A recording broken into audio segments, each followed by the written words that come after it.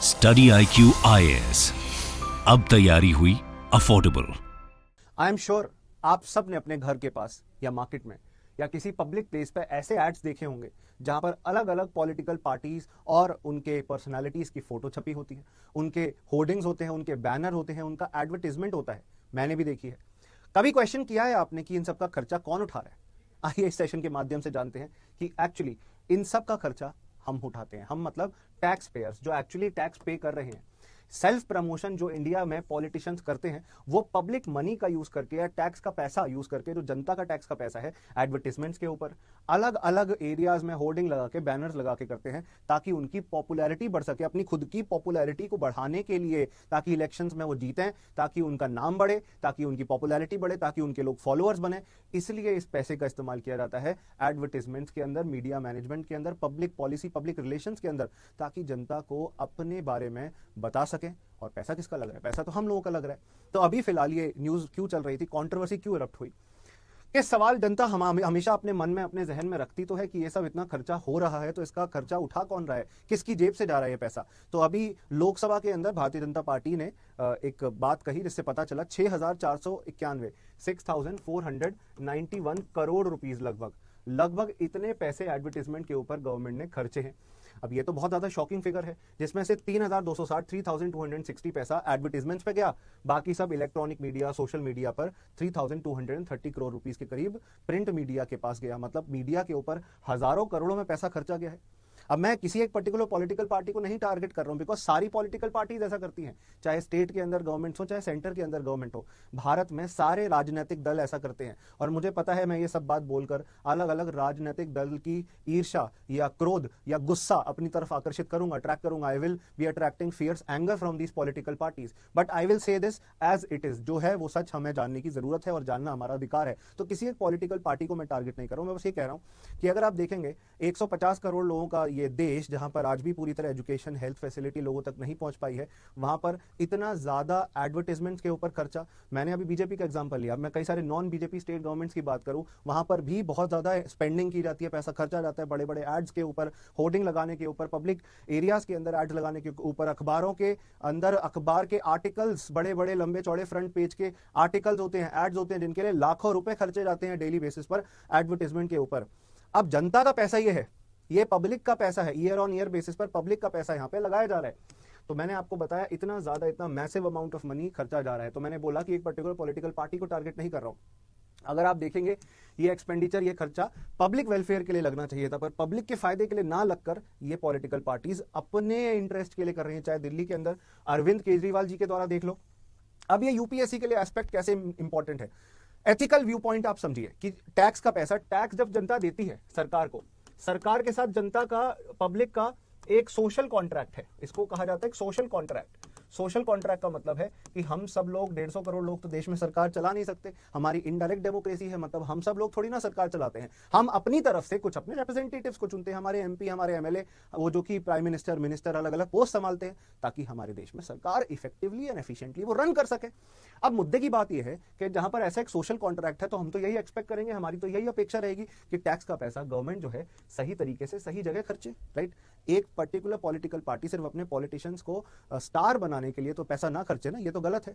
तो इसीलिए ethical view point अगर आप समझेंगे इस चीज का, तो ये अनएथिकल है कि कितना पब्लिक का वेलफेयर का पैसा ये अलग अलग पॉलिटिकल पार्टीज टीवी पे एड्स दिखाने के लिए चलाते हैं कि उनको आसानी से रिकॉग्नाइज किया जा सके जब इलेक्शन का टाइम है कि उस पॉलिटिकल पार्टी ने टीवी में ये ऐड दिया था। मतलब बेसिकली वो हमारे बीच में काफी पॉपुलर है। जैसे कई बार कहते हैं ना कि ये ब्रिज बनाया, ये सड़क बनाई, ये पुल बनाया, ये अस्पताल बनाया, स्कूल बनाया।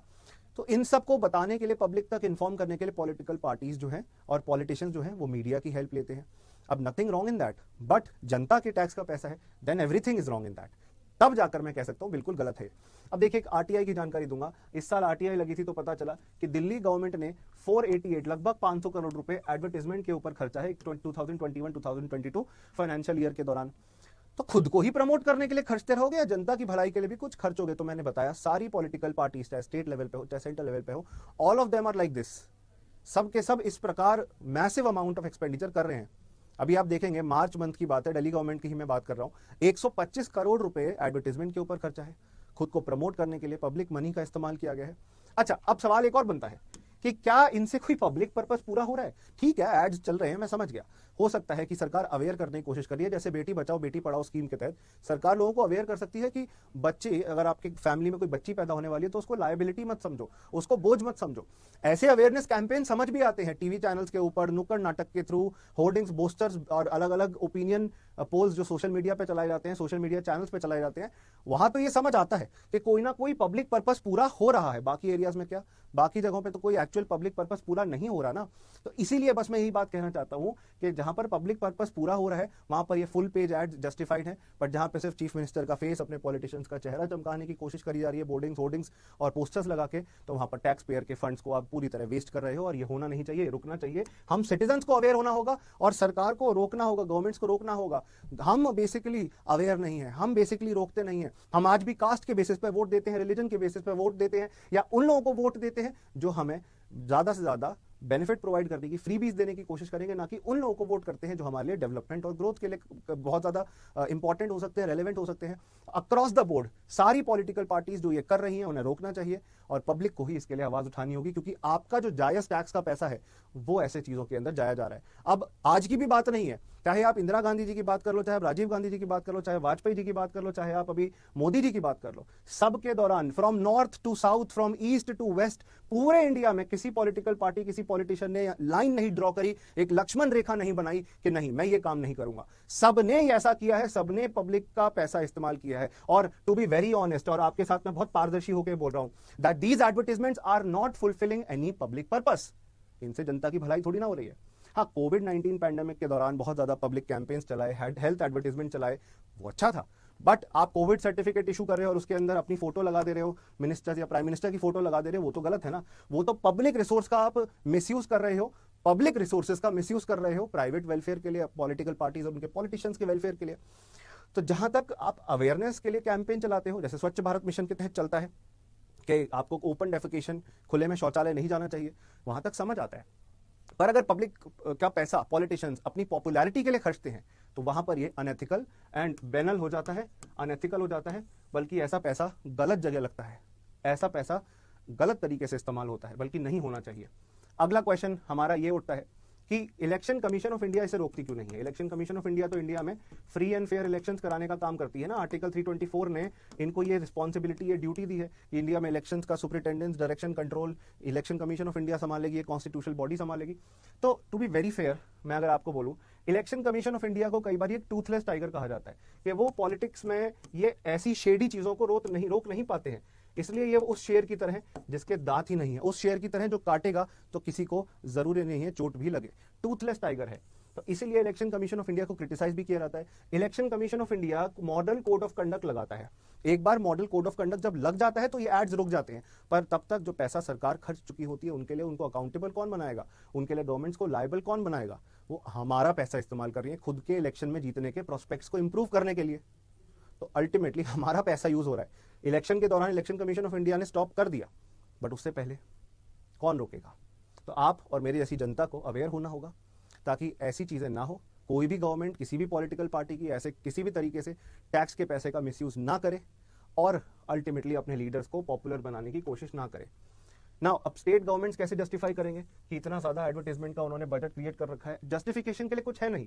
अगर आप स्टेट के टूरिज्म को बढ़ावा देते हो तो चलो समझ आता है कि स्टेट में ज्यादा से ज्यादा लोग आएंगे, घूमने आएंगे। जैसे राजस्थान है, वो टूरिज्म को बढ़ावा देगा, टूरिज्म के एड्स देगा, तो लोग राजस्थान में घूमने भी जाएंगे। घूमने जाएंगे तो सरकार पैसा रिकवर कर सकती है जो एडवर्टाइजमेंट्स के ऊपर पैसा खर्चा है।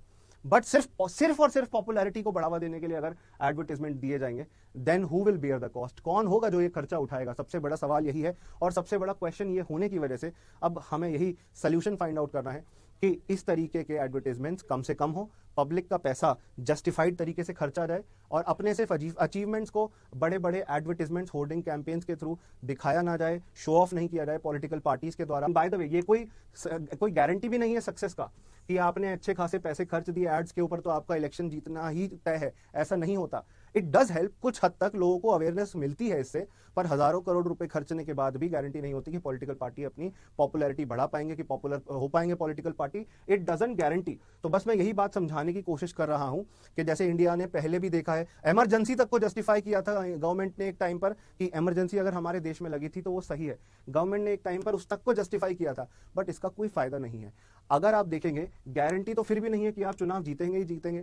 तो इसलिए the core, the most important thing and the final verdict which I want to give in this class, कि ऐसे एडवर्टाइजमेंट कैंपेन पब्लिक वेलफेयर के लिए है तो ठीक है, अवेयरनेस के लिए तो ठीक है, गवर्नमेंट खुद का सेल्फ प्रमोशन ना करे, पॉलिटिशियंस खुद का सेल्फ प्रमोशन ना करे, वरना ये एक ऑटोक्रेटिक डिक्टेटोरियल स्टेट बन जाएगा, ये डेमोक्रेसी थोड़ी ना रहेगा।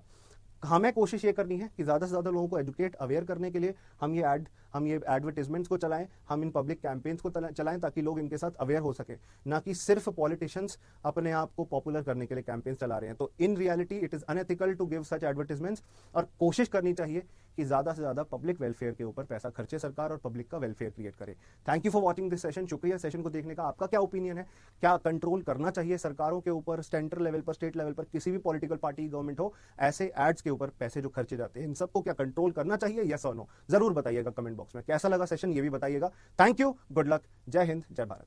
तो बिल्कुल अभी बिगिनर है, बिल्कुल अभी उन्होंने प्रिपरेशन शुरू करी है, तो जिन्होंने बिल्कुल प्रिपरेशन शुरू करी है उनके लिए एनसीईआरटी कोर्स बैच 2 आपको देखने मिलेगा। एनसीईआरटी कोर्स बैच 2 जो दोपहर 12 बजे क्लास होगी, दोपहर 12 बजे इसकी क्लास होगी। 100 मतलब लगभग 3-4 महीने का बैच है। 1500 रुपीज में आपको एक कोर्स मिलेगा अगर आप वसू लाइफ कूपन कोड यूज करेंगे। 6th से 12th क्लास की, 6ठी से लेकर 12वीं कक्षा की एनसीईआरटी यहाँ पर कराई जाएंगी। 6th से 12th क्लास की एनसीईआरटी इस बैच में कराई जाएंगी। 1500 का आपको एक कोर्स देखने मिलेगा। मैं खुद पॉलिटी और इकोनॉमिक्स की एनसीईआरटी आपको करवाऊंगा। आपको नोट्स भी मिलेंगे, आपको क्विज भी मिलेगा। ये सब कुछ एनसीईआरटी कोर्स का पार्ट है।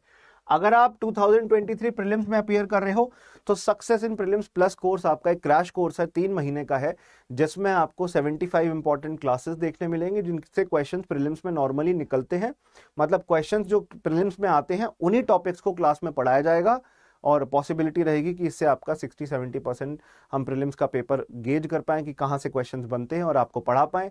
आपको मटेरियल मिलेगा, मटेरियल आपके घर पे कुरियर होगा, किताबें आएंगी जिनसे आप पढ़कर, टेस्ट देकर, करंट अफेयर्स पढ़ के अपने आप को प्रीलिम्स रेडी बना सकते हो। तो ये छोटी सी इन्वेस्टमेंट रहेगी आपकी 6000 रुपीज की, जिसमें आप इन्वेस्ट करके अपने आप को बेटर इक्विप कर सकते हो 2023 प्रीलिम्स के लिए। अगर अभी भी आपको कॉन्फिडेंट नहीं फील हो रहा 2023 के प्रीलिम्स के लिए, तो इस कोर्स में आपको जुड़ना चाहिए।